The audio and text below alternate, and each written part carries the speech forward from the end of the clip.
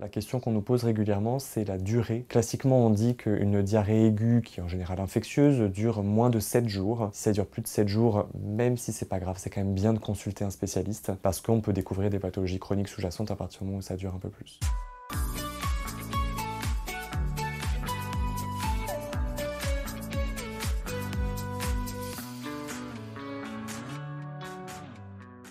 La diarrhée du nourrisson consiste en fait à une accélération du transit avec donc une modification de la fréquence des selles. En général, on dit plus de 3 par jour, mais ça peut être très variable en fonction des nourrissons. Et également une modification de la consistance des selles avec des selles qui en général sont très liquides, comme de l'eau en fait. Classiquement, c'est des enfants qui sont pris en charge aux urgences sur un tableau de diarrhée aiguë. Les traitements vont être guidés sur le risque de complication de la diarrhée, à savoir la déshydratation. Donc en fait, on va prévenir la déshydratation avec donc une réhydratation soit orale, soit intraveineuse quand la réhydratation orale n'est pas possible. Donc sous forme de soluté de réhydratation orale, soit sinon sous forme de perfusion à l'hôpital. Et ensuite, par contre, si la diarrhée persiste, dans ce cas-là, après, ça va dépendre un petit peu de la cause. On va chercher d'autres explications.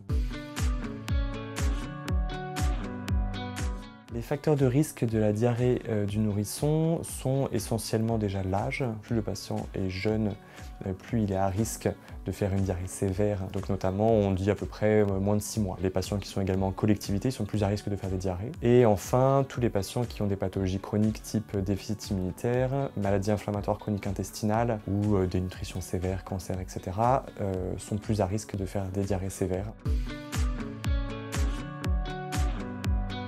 L'essentiel, c'est vraiment de surveiller l'hydratation de son enfant. Plusieurs éléments qu'on peut surveiller à la maison. La diurèse, donc voir si votre enfant fait bien pipi régulièrement dans la journée. Au niveau de l'hydratation, on peut regarder aussi si l'enfant a des larmes, s'il a de la salive, des choses comme ça. Ça, c'est un marqueur de l'hydratation que nous, on utilise quand on voit un enfant qui présente une diarrhée.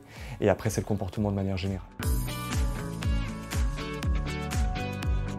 Si votre enfant présente des diarrhées, les éléments qui doivent vous pousser à consulter sont déjà le fait que ça persiste, le fait qu'il y a un retentissement sur le comportement, sur l'hydratation générale, donc à savoir la diurèse, l'hydratation des muqueuses, la présence de larmes, etc. Et notamment s'il y a du sang dans les selles. S'il y a du sang dans les selles, il faut qu'on aille chercher un peu plus loin. Ça peut être expliqué par une infection du côlon qui peut très bien se traiter, mais ça peut être aussi une porte d'entrée sur une maladie inflammatoire chronique intestinale, donc c'est bien de consulter un spécialiste.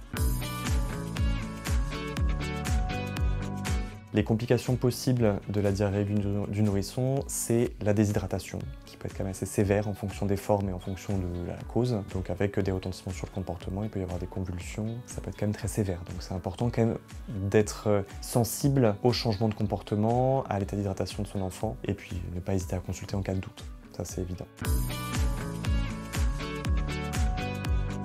La question qu'on nous pose régulièrement, c'est la durée. Classiquement, on dit qu'une diarrhée aiguë, qui est en général infectieuse, dure moins de 7 jours. Si ça dure plus de 7 jours, même si c'est pas grave, c'est quand même bien de consulter un spécialiste parce qu'on peut découvrir des pathologies chroniques sous-jacentes à partir du moment où ça dure un peu plus.